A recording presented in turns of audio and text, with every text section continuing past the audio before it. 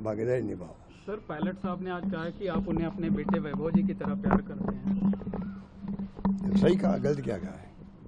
गलत क्या है क्या? ये तो मैं पहले कह चुका हूँ, तो 2-3 दिन बात कर रहे हैं।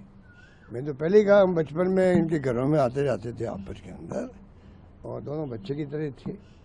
तो यही उन्होंने ठीक कहा, कोई बुरी बात नहीं कही है। और मैंने जो कुछ कहा है वो मैंने दिल से कहा है। मैंने तो किसी के बारे में आरोप नहीं लगाया उस दिन। मैंने उस दिन जो कुछ कहा है, आप देखेंगे अगर वर्बेटम पढ़ करके, तो मेरे आरोप किसी पे नहीं थे। जो जो घटनाएं होती गई, एक बार मैं देश के सामने रखना चाहता था, क्योंकि देश में एक मैसेज बन गया कि भाई अशोक गहलोत मुख्यमंत्री रहने के लिए कांग्रेस अध्यक्ष पद स्वीकार नहीं किया। ये बहुत बड़ा एक प्रकार से आरोप समझ लीजिए, या समझ लीजिए कि एक परसेप्शन बन गया था।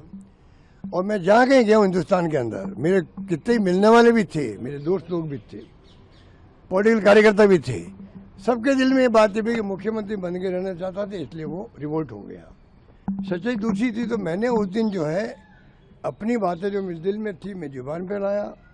अपील मैंने सब नेताओं से करी। उसमें सचिन पायलट जी भी थे, सीपी जोशी जी भी थे, भवन जितन जी थे, और पीसी प्रेसिडेंट हो, चाहे वो आपके दूली साहब हो, डॉक्टर चंद्रबान जी हो, या कल्ला साहब हो, जो भी नेता रहे, पीसी प्रेसिडेंट रहे हैं, नेता प्रतिपक्ष रहे हैं, उन सबसे मैंने अपील की कि वक्त आ गया, हम अगर हम युवाओं को अपील करें कि आप सब आगे आकर के देश की डेमोक्रेसी को बचाओ, तो हम तो जो पदों पर बैठे हुए हैं, सीनियर लोग हैं, उनके ऊपर बड़ी जिम्मेदारी है बचाने की, कांग्रेस पार्टी को मजबूत करने की भी, और संघर्ष करने की इन फासिस्टी ताकतों से जिनका कोई यकीन नहीं है डेमोक्रेसी के अंदर, डेमोक्रेसी को ये हत्यारे हैं, उनकी लड़ाई में हम सब मिलकर करें। ये भी मैंने उस दिन कहा था। मेरा वर्बेटम जो पढ़ ले, मान लो कोई नेता पढ़ ले, कोई कार्यकर्ता पढ़ ले, समझ जाएगा कि मैंने दिल की बात कही थी, और मैंने फैक्चुअल पोजीशन हर चीज़ की सामने रखी थी। उसमें अगर फैक्चुअली अगर गलत है, तो आप मुझसे बात भी कर सकते हैं, पूछ सकते हैं भाई आपने ये बात क्यों कही है, मैं उनको जवाब दे दूंगा।